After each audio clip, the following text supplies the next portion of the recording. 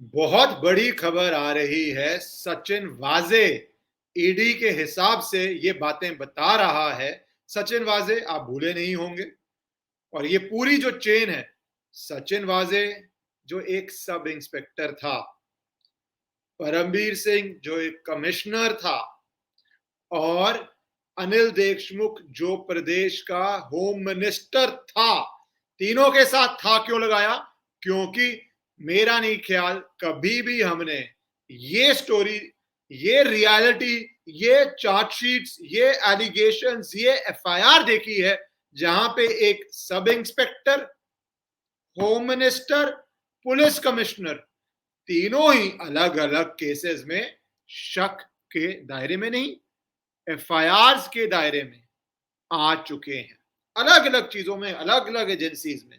और बाद में मुझे कोई डाउट नहीं, आज से 10 साल बाद, 5 साल बाद, जब इन सारी केसेस का फैसला हो चुका होगा कि इसके ऊपर नेटफ्लिक्स पे या अमेजोन पे या ऐसी जगहों पे सीरीज बनेंगी कि कैसे लोएस्ट रैंक तो नहीं पर बहुत ऑर्डिनरी रैंक के सचिन वाजे से लेके कमिश्नर से लेके होम मिनिस्टर तक क्या क्या क्या क्या एलिगेशन आई, और कुछ बातें बताता हूं। और अब अर्नब गोस्वामी को लेके सचिन वाजे ने क्या बोला है ये भी आपको बताऊंगा। अगर आप पहली बार जुड़ रहे हैं तो आप चैनल को सब्सक्राइब कर लीजिए, अगर आप फेसबुक से जुड़ रहे हैं तो उसको फॉलो कर लीजिए। इसके साथ साथ आपको कानून भी समझ आएगा कि कानून क्या है।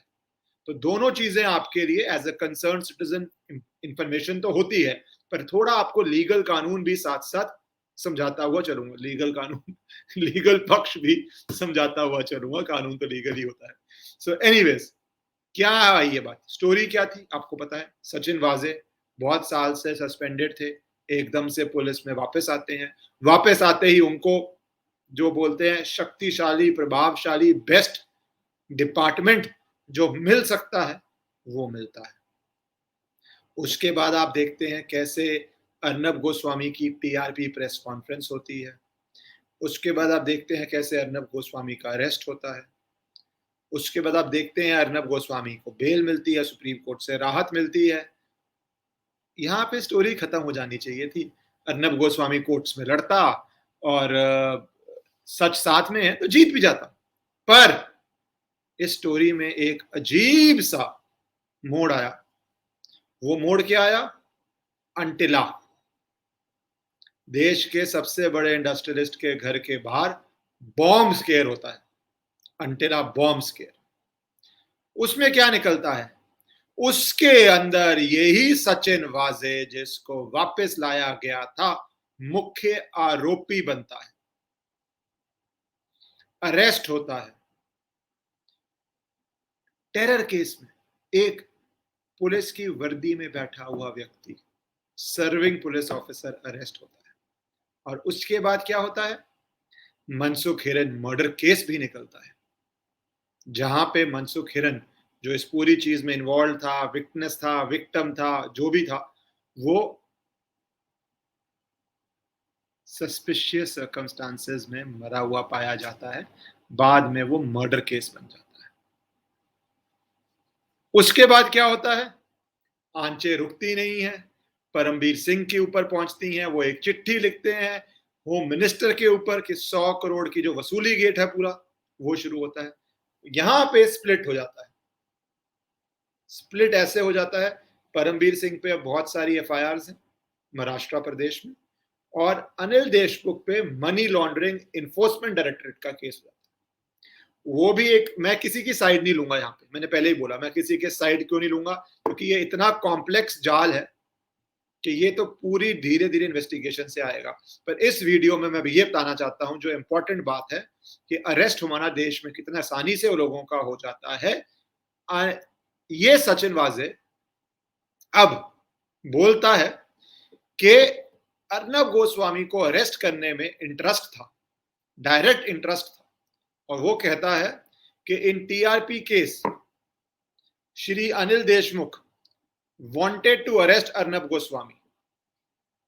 क्यों? क्यों? क्यों किसी प्रदेश का ऐसा माइंडसेट होगा कि वो करना चाहेगा?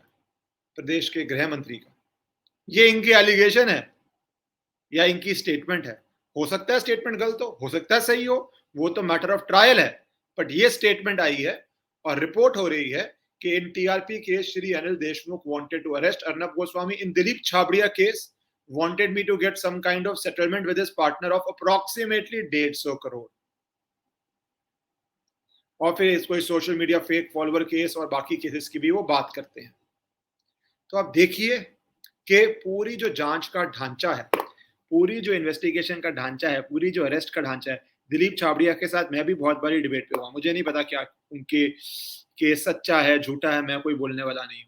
पर जो उन्होंने एलिगेशंस कही हैं वो उन्होंने ऑन रिकॉर्ड कही हैं कि मुझसे कैसे पैसे की वसूली हो रही थी कि मेरे परिवार वालों को तंग ना किया जाए, उनको अरेस्ट ना किया जाए। एक तो ये बड़ा लीगल क्वेश्चन है हमारे देश में कि किस तरह हम पुलिस में, और ये सिर्फ महाराष्ट्र की बात नहीं है, कि रिफॉर्म करें कि वो जो नीडलेस अरेस्ट करते हैं, नीडलेस अरेस्ट करते हैं बहुत बारी, जिनको करना है उनको छूते नहीं और जिनके ऊपर नहीं करना उनको अरेस्ट करते हैं, परिवार को भी तंग कर देते हैं और बहुत बारी पैसे की होती है। और ये सिर्फ महाराष्ट्र की बात नहीं है, अगर आप पुलिस से डील किया है तो आपको पता है।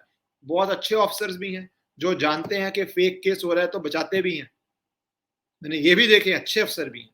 पर ये जो गलत काम है अरेस्ट करने का, टॉर्चर करने का, लोगों को फंसाने का, इसके लिए अपने को, हमारे देश में एक बहुत बड़ी प्रॉब्लम है। मैं आपको सोल्यूशन की बताता हूँ।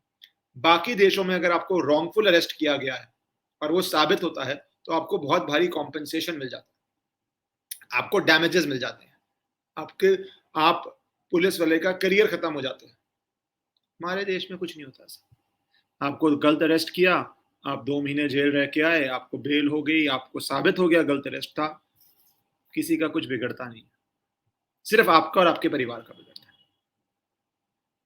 ये एक चीज है जो मैंने कहा कि केस के इस पूरे प्रकरण की बात करते करते आपको कुछ लीगल बातें भी करूंगा जो हमें शायद जानना चाहिए इस तरफ देश को, कि अगर गलत अरेस्ट है, फेक अरेस्ट है, तो जो पुलिस वाला कर रहा है वो रिस्पॉन्सिबल हो, उसका करियर को अफेक्ट हो और सरकार को मॉनेटरी डैमेज हो, जो बाहर होता है, तभी आपको लगेगा आपके सिटीजन्स के राइट थोड़े सिक्योर होंगे। बट एनीवेज वो एक सेपरेट चीज है। तो मनी लॉन्ड्रिंग केस के अंदर सचिन वाजे ने ये स्टेटमेंट्स दी हैं अनिल देशमुख के खिलाफ। उन्होंने कुछ पैसे की भी स्टेटमेंट्स दी हैं कि 4-3.5 करोड़ में अमाउंट भूल गया हूं, कि वो उन्होंने पर्सनल असिस्टेंट्स को दिए थे और वो उन्होंने बक्सा या बैग, झोरा या भोरा भर के, जो भी बोलते हैं, इतना पैसा दिया था। वो भी सामने आई है बात, पर वो तो मैटर ऑफ ट्रायल है। ये बात आपको कहने आया था मैंने आपको बता दी। जुड़ते रहिए, रात को मिलते हैं और फिर लाइव टॉपिक पे, किसी टॉपिक पे डिस्कशन करते हैं। Take care, have a good day.